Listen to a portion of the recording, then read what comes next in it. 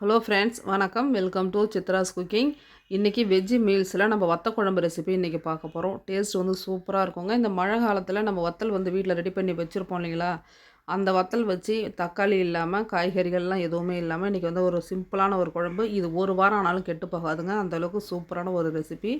ஒரு பிளேட் சாதத்துக்கு ஒரு ஸ்பூன் அளவுக்கு நீங்கள் குழம்பு சேர்த்திங்கன்னா போதுங்க. அந்த ஒரு தட்டு சாதமும் சாப்பிட்றலாம். அந்தளவுக்கு சூப்பராக இருக்கும். டேஸ்ட் வந்து ரொம்பவே நல்லா இருக்குங்க. சாப்பிட சாப்பிட இன்னும் கொஞ்சம் சாப்பிட்லாமான்னு தோணும். அந்தளவுக்கு சூப்பர் ரெசிபி. இதுக்கு சைடிஷ் பார்த்தீங்க அப்படின்னா, இப்போ சுட்ட அப்பளம் ரொம்பவே நல்லாயிருக்குங்க. ஆம்லேட்டும் நல்லாயிருக்கும். இன்னைய ரெசிப்பியில் நான் வந்து கரண்டி ஆம்லேட் போட்டிருந்தேன். அவ்வளோ நல்லா இருந்துச்சுன்னு சொல்லியிருந்தாங்க. இதுக்கு கீரை வந்து ரொம்பவே மேட்சிங்காக இருக்குங்க. முருங்கைக்கீரை பொரியல் அவ்வளோ நல்லா இருந்துச்சு. இன்னைய ரெசிப்பியில் நீங்கள் அதுவும் வந்து பார்க்கலாங்க. இன்றைக்கி சூப்பரான ஒரு வத்த குழம்பு ரெசிபி நான் எப்படி செய்திருக்கேன் அப்படின்றத பார்க்கலாமாங்க. இப்போ சுண்டைக்காய் வந்து இது 100 கிராமுங்க. இந்த சுண்டைக்காய் இதில் பாதி அளவுக்கு நான் எடுத்துக்கிறேன். இதில் வந்து சுட தண்ணி ஊற்றி நல்லா ஊற வச்சு எடுத்துக்கலாங்க. இது நான் வந்து வீட்டில் ரெடி பண்ணலை, கடையில் வாங்கினது தான். இந்த 100 கிராம் பார்த்தீங்கன்னா 26 ரூபாய். இப்போ சுட தண்ணி ஊற்றி நல்லா எடுத்து வச்சிடலாங்க.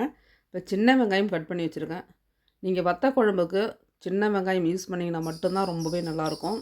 சப்போஸ் இல்லை அப்படின்னா நீங்கள் வந்து பெரிய வெங்காயம் யூஸ் பண்ணிக்கிங்க. கிடைச்ச வரைக்கும் சின்ன வெங்காயம் யூஸ் பண்ணிங்கன்னா ரொம்ப நல்லது. இப்போ சின்ன வெங்காயத்தையே இந்த காய் கட் பண்ணுற இந்த மிஷின் இருக்குது இல்லைங்களா, இதில் போட்டு நல்லா அப்படியே கட் பண்ணி எடுத்துக்கிட்டேங்க. இது வந்து கிச்சனுக்கு ரொம்பவே யூஸ்ஃபுல்லாக இருக்குதுங்க. இந்த கயிறு மாதிரி இருக்குது பாருங்கள், இது வந்து அறுந்து போகாமல் இருக்கிற வரைக்கும் இது நம்மளுக்கு நல்லா யூஸ்ஃபுல்லாக இருக்கும். சப்போஸ் அது விட்டு போச்சுன்னா இது தன்னாலே மாற்றிக்கலாம் அப்படின்னு நினைக்கிறேன். இந்த காய் வெட்டக்கூடியது ரொம்பவே யூஸ்ஃபுல்லாக இருக்குதுங்க. நல்லா பொடியாக கட் பண்ணிவிடுது. பெரிய வெங்காயமாக இருந்தால் நம்ம கட் பண்ணி தான் இதில் போட்டுக்கணும். இப்போ சின்ன வெங்காயம்னும் போது அப்படியே போட்டு நான் வந்து நல்லா கட் பண்ணி எடுத்துக்கிட்டேங்க. எந்தளவுக்கு பொடியாக இருக்குது பாருங்கள். நம்ம அதிக அளவில் வெங்காயம் வெட்டணும் அப்படின்னும் போது இதில் போட்டு நம்ம யூஸ் பண்ணிக்கலாங்க. இப்போ இந்த பூண்டும் போட்டிருக்கேன். இந்த பூண்டும் வந்து எந்தளவுக்கு பொடியாக கட் பண்ணி கொடுக்குது பாருங்கள். ரொம்பவும் யூஸ்ஃபுல்லாக இருக்குது. நீங்களும் வந்து வாங்கி யூஸ் பண்ணி பாருங்கள். ரொம்ப அதிகமாக போட்டு நீங்கள் வந்து இழுத்து கட் பண்ணிங்க அப்படின்னா அந்த கயிறு மாதிரி இருக்குது இல்லைங்களா, அது வந்து வீணாக போயிடும் அப்படின்னு நினைக்கிறேன். ஒரு அளவாக போட்டு நம்ம வந்து யூஸ் பண்ணிக்கணும். பாருங்கள், பூண்டு வந்து எந்த அளவுக்கு சூப்பராக பொடியாக கட் பண்ணி கொடுத்துருக்கு. இப்போ நான் கூட இந்த காய் கட் பண்ணக்கூடியது வந்து அந்தளவுக்கு கட் பண்ணாது, வேஸ்ட்டாக இருக்கும் அப்படின்ற மாதிரி நினச்சேங்க. ஆனால் பரவாயில்ல, நல்லா பொடியாக கட் பண்ணுது. நம்ம போட்டு நம்ம கட் பண்ணக்கூடிய பொருள் வந்து அளவாக கம்மியாக போடணுங்க. அதிகமாக போட்டிங்கன்னா கட் பண்ணாது. கொஞ்சமான அளவு போட்டு நீங்கள் வந்து கட் பண்ணி எடுத்துக்கலாம். ரொம்பவே யூஸ்ஃபுல்லாக இருக்குதுங்க. சின்ன வெங்காயம் வந்து 200 கிராம் அளவுக்கு நான் எடுத்திருக்கேன். பூண்டு வந்து ஒரு கட்டி பெரிய கட்டி அளவுக்கு பூண்டு எடுத்து உரித்து எடுத்து வச்சுருக்காங்க. இது ரெண்டும் தான் இந்த குழம்புக்கு வந்து டேஸ்ட் கொடுக்குறதே. அதனால் சின்ன வெங்காயம் கொஞ்சம் அதிகமாகவே சேர்த்துக்குங்க. பூண்டும் கொஞ்சம் அதிகமாக சேர்த்துக்குங்க. இப்போ ஆயில் வந்து சேர்த்துருக்கேங்க. நான் சேர்த்தது ரீஃபண்ட் ஆயில் தான். இப்போ நீங்கள் செய்யும்போது நல்லெண்ணெயிலையும் செய்யலாம். அப்படி இல்லைன்னா ரீஃபண்ட் ஆயிலும் செய்யுங்க. குழம்பு வந்து ரொம்பவே நல்லாயிருக்குங்க. இப்போ வெந்தயம் 1 ஸ்பூன், கடுகு உளுந்து 1 ஸ்பூன் சேர்த்துருக்கேன். நல்லா பொரியணும். பொரிஞ்சதுக்கு பிறகு நம்ம பொடியாக கட் பண்ண பூண்டை சேர்த்து நல்லா வதக்கி விட்டுடலாங்க. வெங்காயமும் பூண்டும் வந்து நல்லா எண்ணெயில் ஃப்ரை பண்ணி எடுக்கணும். இப்போ கூடவே வந்து கருவேப்பிலையும் வச்சுருக்கேன் நான்.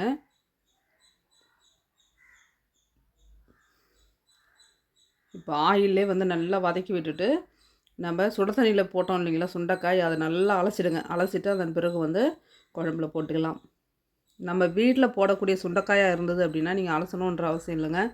நம்ம கடையில் வாங்கும்போது அதை எப்படி பேக் பண்ணியிருப்பாங்கன்னு தெரியாது. அதனால் நீங்கள் கண்டிப்பாக சுட தண்ணியில் போட்டு க்ளீன் பண்ணிவிட்டு அதன் பிறகு வந்து குழம்பு வச்சுக்கோங்க. மெயினாக வந்து மண் சட்டியில் வைங்க வத்த குழம்பு, அவ்வளோ டேஸ்ட்டாக இருக்கும்.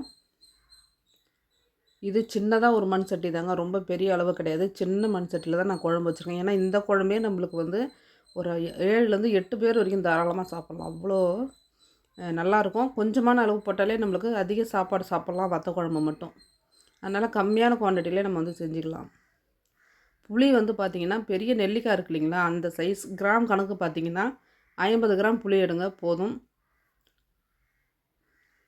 இந்த மெஷரிங் கப்பில் 1/3ன்னு இருக்கு இல்லைங்களா, இந்த கப்பில் 1 கப் அளவுக்கு மிளகாய் தூள் சேர்த்துருக்கேங்க.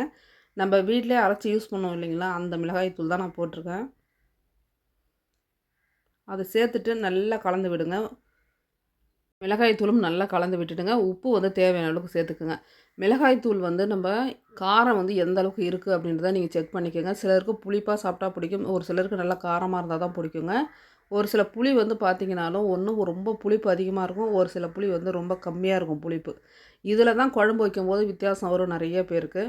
நீங்க செய்த மாரி தான் நான் செஞ்சேன். ஆனா குழம்பு டேஸ்ட் நல்லா இல்ல அப்படின்னு நெறைய பேர் கம்ப்ளைண்ட் வரும்.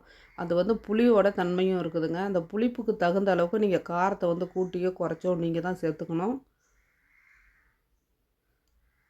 இப்போ உப்பு போட்டு மிளகாய் தூள்லாம் போட்டு நல்லா கலந்து விட்டு, நல்லா கொதி வருது பாருங்க. நல்லா கலந்து விடுங்க. நல்லா கலந்து விட்டு ஒரு 10 நிமிஷம் கொதிச்சதுன்னா போதுங்க. குழம்பு நம்மளுக்கு ரெடி. இறக்க போற நேரத்துக்கு வெல்லம் சேர்த்துக்கங்க. இன்றைக்கி நான் நாட்டு சர்க்கரை சேர்த்துருக்கேன். கண்டிப்பா இதுக்கு வந்து வெல்லமோ, இல்ல நாட்டு சர்க்கரையோ உங்க சுவைக்கு ஏற்ப போட்டுக்கணும். நான் 1 ஸ்பூன் அளவுக்கு பாருங்க நாட்டு சர்க்கரை சேர்த்துருக்கேன். சேர்த்துட்டு நல்லா கலந்து விட்டு மறுபடியும் ஒரு 2 நிமிஷம் கொதிச்சுது அப்படின்னா, நீங்க ஸ்டவ் ஆஃப் பண்ணிடலாம். பாருங்க நான் கரண்டி ஆம்லெட் போட்டிருந்தேன். இதில உப்பு, கொஞ்சமான அளவு மிளகாய் தூள் சேர்த்து நல்லா கலந்து விட்டு கரண்டி ஆம்லெட் போட்டு குடுத்துட்டேன். இப்போ வந்து சஷ்டி நடக்குது அப்படின்றதுனால நான் வந்து நான்வெஜ் எதுவும் எடுத்துக்கலங்க. இப்போ புரட்டாசி 1 மாதம் ஃபுல்லா நம்ம நான்வெஜ் செய்யவே இல்லைங்க. நடுவுல ஒரே ஒரு நாள் மட்டும் நம்ம ஞாயித்துக்கிழமை அன்னைக்கு தீபாவளிக்காக செஞ்சது. சரி அவங்க வந்து சாப்பிடாம இருக்க மாட்டாங்க. அதனால் அவங்களுக்கு வந்து வீட்ல பசங்களுக்கும், வீட்டுக்காருக்கும் வந்து ஆம்லெட் வந்து போட்டு குடுத்தாச்சு. நான் மட்டும் வந்து இப்போ சஷ்டிக்காக விரதமா இருக்கிறேன். அதனால் நான் வந்து நான்வெஜ் எதுவும் எடுத்துக்கல. நல்லா சூடான சாதத்துக்கு சூப்பரான வத்த குழம்பு பாருங்க. டேஸ்ட் வந்து சூப்பரா இருக்குங்க. வெளியூர்ல இருக்கக்கூடிய பசங்களுக்கு இந்த மாரி குழம்பு நீங்க வச்சு குடுத்து அனுப்புனீங்க அப்படின்னா, 1 வாரம் வரைக்கும் வச்சிருந்து நல்லா சாப்பிட்டுக்குவாங்க. ரொம்ப நாள் வச்சிருக்க முடியாதுங்க. 1 வாரம் வெளியில வச்சிருக்கலாம். மற்றது ஒரு 10 நாளைக்கு நீங்க ஃப்ரிட்ஜில வச்சு யூஸ் பண்ணிக்கலாம். அதன் பிறகு ரொம்ப நாள் வச்சிருந்தீங்க அப்படின்னா, அது அவ்வளவா நல்லா இருக்காது. இப்போ முருங்கைக்கீரை பொரியல் வந்து இந்த குழம்புக்கு மேட்சிங் சூப்பரா இருந்ததுங்க. நான் வந்து முருங்கைக்கீரை தான் சைட் டிஷ்ஷா வச்சுக்கிட்டேன்.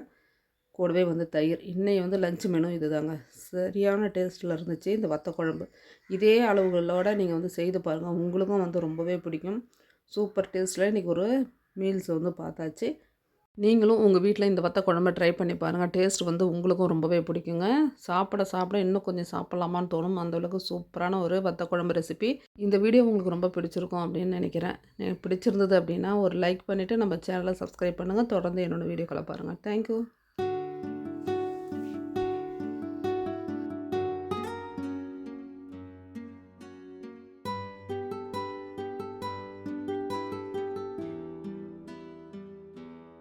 சூப்பரான டேஸ்ட்டாக இருக்குதுங்க குழம்பு. கண்டிப்பாக நீங்கள் ட்ரை பண்ணி பாருங்கள். உங்களுக்கு ரொம்ப பிடிக்கும். தேங்க்யூ.